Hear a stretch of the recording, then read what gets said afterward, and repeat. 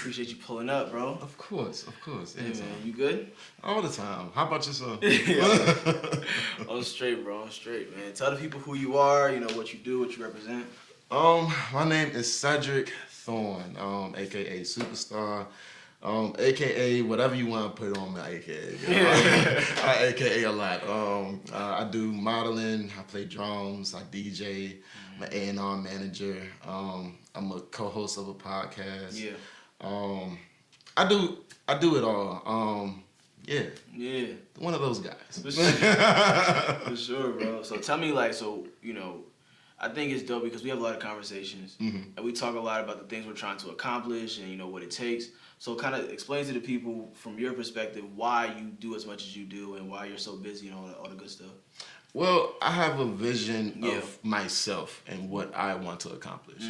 And I feel like if I set myself up in certain ways, then what I'm trying to accomplish will be my steps on getting to where I'm accomplished. And I don't want to waste my steps. So if I align myself to where I'm trying to get, then I would learn everything to where I'm trying to get. Right. It's just more so like if ultimately I want to own my own radio business. Radio station business, however you want to put it. I want to be like a Steve Harvey and put people here you're in the morning, and I'm gonna be on here with you for So that's why I do everything I do. I feel like and then like networking, I feel like to do all those things, you have to know how to network. You have to know what you're getting yourself in, who to talk to, how to talk to them, which place to be, how to be, your character, and how you present yourself. Like it's all in one. So, but I feel like if I don't do the things that I do, then I wouldn't be able to learn that other than just looking it up and like what I gotta. Right. Like, I don't want to do that. Right. Yeah. Bro, so tell me, because you said something really good there. You said you don't want to waste your steps. So I think it's interesting because I think there's like this balance, right? We have to. Everything's trial and error to a degree. You have to figure out what something is before you can see how it really adds value to your life. Like you may see it from a distance, but then you experience it, you're like, that's not really what I want to do. So in that balance of it, have you ever had any experiences where you realize that something was one thing, or far off it was one thing, but then when you got into it, it's something that you were like, okay, this isn't for me? Yes, many times, many times. Just to say one off the back, I'm not going to give a specific, but it's plenty of times you go into something and be like, all right, I'm gonna do this for this amount of time. I'm gonna set myself up for this. Because I'm looking to get this out of this. Right. For this period of time. Right. Because a lot of one of PJ always says I'm here for a good time, not a long time. Right. And just to play off of that is every season has its reason. So just because something works in this season at this time, it might not work at another time. So I feel like setting yourself up, trial and error is very important. You're not going to get something right all the time. Right. And if you do get it right on the first time, great, kudos to you. Now you know exactly what to do. But say for instance you didn't get it right that first time, and you had to learn, all right, so this didn't work, and then this didn't work, and why this didn't work. And so now you done tried 4 or 5 times, and you know exactly how to do this thing.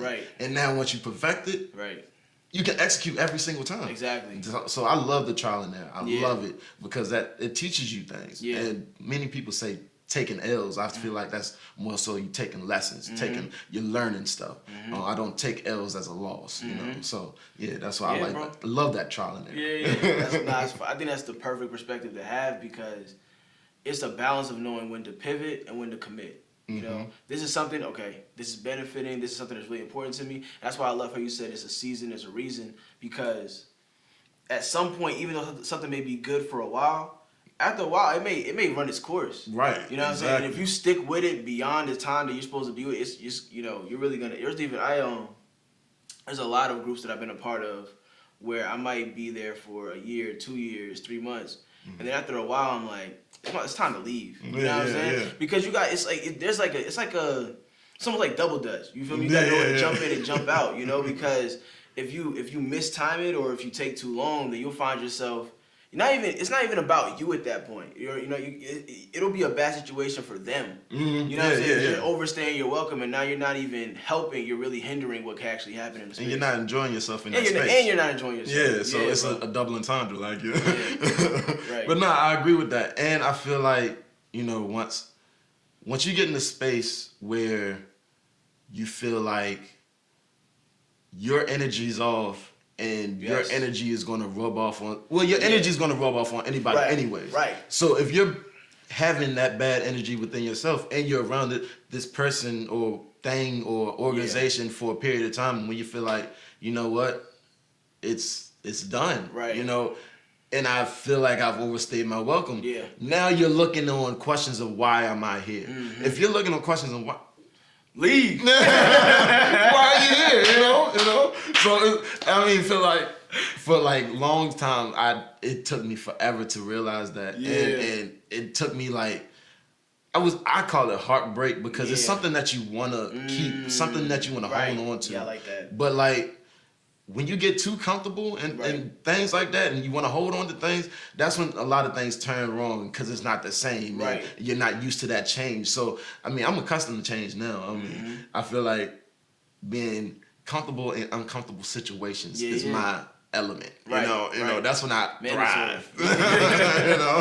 Yeah, bro. I think that's mandatory. I think especially if you're trying to be a mover and shaker. If you're trying to be, I guess, more committed to one thing, then the uncomfortability is a little, but there also is different ways to be uncomfortable, because I think sometimes when people hear, oh, I want to be uncomfortable, I want to grow, they automatically look like that, or that automatically looks like to them they have to move. You know what I'm saying? They gotta quit their job. Like, hold on, bro. Wait. There are different ways to be uncomfortable. Sometimes it's about waking up earlier. Mm-hmm. You get what I'm saying? Sometimes it's about committing to the thing that you've been afraid to commit to this entire time. And when you look at it from that perspective, it's just about changing things small here, small there, and then you'll find yourself exactly where you want to be over time. I think too often people are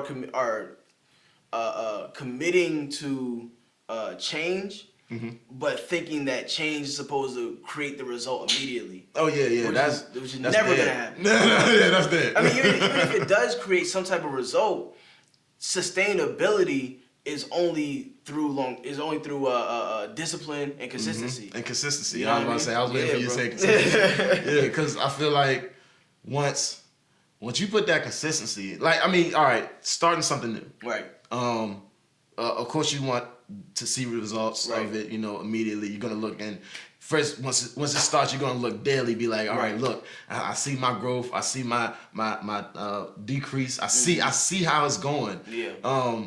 And you're seeing it weekly, you know what I'm saying? So then you're seeing it monthly. Right. So you're seeing it, and then it's just like, all right, it's growing, but it's not to where I want it to be. Right. So now at this point, it's like, all right, now do I change this little thing? Do I tweak this or do I tweak that? And it's not, to me, it's nothing wrong with that. For me, it's like, all right, if I tweak this and I get a bad result, right, now I know what tweak I need to go back to. Exactly. You know what I'm saying? Exactly. Now let me take this other little thing. It's just like a car. Bro, right? Exactly. The old school car. Right. It's a game, man. It's a game. You have to figure it out, man. Even in my music, I've gone so back and forth. Okay, like, do I want to rap about this? And like, if I rap about, do I want to sing? How do I want to deliver it? We talked about this. Am I a Christian artist or am I an artist who's Christian? Figuring out all those different things to be able to deliver it in the most, I guess, concise, cohesive way. But really, for me, you get what I'm saying? Right. And I think that was the journey I had to go through, and I'm still going through and figuring out, how does JAiMS deliver this, right? Not how does like the church want me to deliver it, not how does my mom want me to deliver it, not how does my friend group, but how does JAiMS deliver this material? And it took me a long time to detach myself from other entities that I felt like I owed something to. Right. I mean? Yes. And it's not. I still respect these things. I still respect my mother. I still respect everything that I've mentioned. I still respect it, but I had to realize who I was without these things. Right. You know what I'm saying? And then what makes me more happy? What makes JAiMS? What makes Cedric? And then from there, now I can deliver you the best product because it's real. Right. Exactly. I feel like with your music, I feel like when I hear your music, I authentically hear you. You know what I'm saying? So yeah, you're welcome.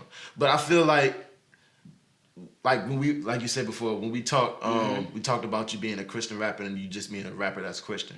I feel like before when we met, I felt like you were a Christian rapper because you portrayed yourself as such. You know what I'm saying? So I felt like you put yourself in that box. But to hear Christian rap and to hear your rap is not the same. So I feel like once you put yourself in the category, I'm a rapper, but I do have belief.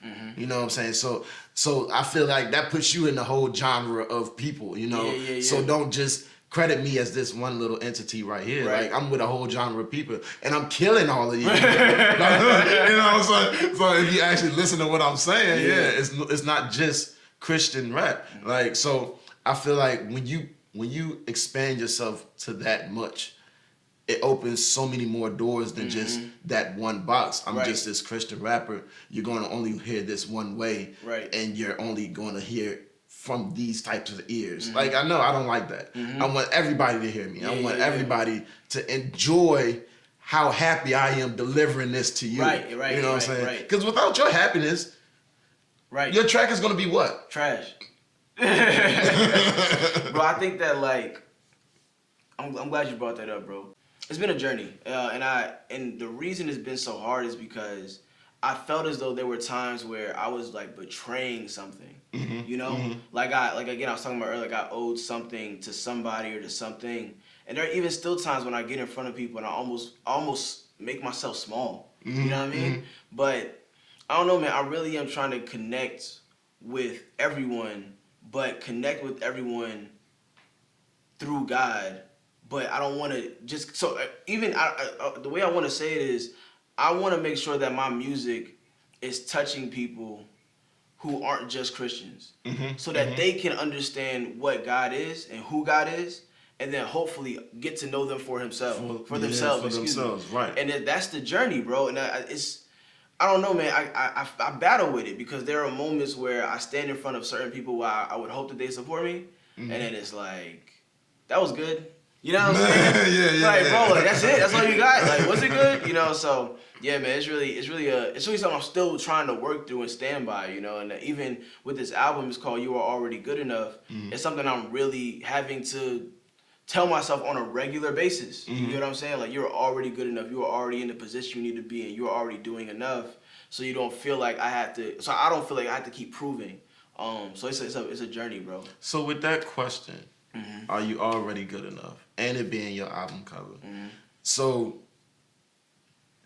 with it being your album name and cover, is that a question that you still ask yourself today? And is it a question that you feel like it's a goal-oriented question, as in like, all right, if I'm good enough, do I skyrocket or do I stay stagnant? I think that's a good question. I think that what it means to me is really just a saying of giving myself that peace. You know, not complacency, but peace of mind. You know what I mean? Like, you tell yourself this so that you're okay and you don't feel like you have to tweak everything and fix everything to make it perfect. You know what I mean? So I think that's really more so what the saying is for me. It's a way of just giving myself that comfort to know that whatever I do is heading in the right direction. Not to stay in one place, but to keep moving forward. You know what I mean? Yeah, bro. I appreciate you, man. So you feel like you're already good enough? I feel like I'm already good enough. But you should, because you are. I feel like everybody is. I feel like everybody is already good enough. But you have to see your self-worth. Right. Like, without seeing your self-worth, you'll never get to your goals. Right. And you'll never get to your dreams. Absolutely. Which this is, by the way, reality versus dreams. Tell the people who you are one more time, bro. And Cedric, you can follow me on Instagram as _brand_new_start. Yes, sir. It's all really one word, no spaces, just one underscore in the beginning and brand new start. That's my Instagram. My Facebook is my name, Cedric Thorne. You can follow me on the Dope.Economy podcast. We just did an interview with JAiMS. Yeah, it was like that. Very interesting moments. Very, very interesting moments. I also DJ. I also am a A&R manager of a record label called Trap Good Entertainment. I do all type of things. I play the drums. If you need a drummer, facts. I play the drums. Facts. I model also. I took a little hiatus, but that hiatus is over now. Yes, I'm back at it. Yes, sir. So expect probably some Valentine's Day stuff coming soon.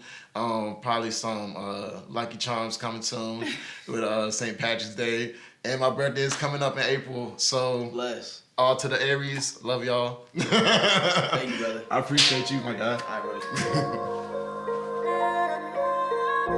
A person who thinks all the time has nothing to think about except thoughts. He loses touch with reality and lives in a world of illusions. Pick it up, don't let it drop.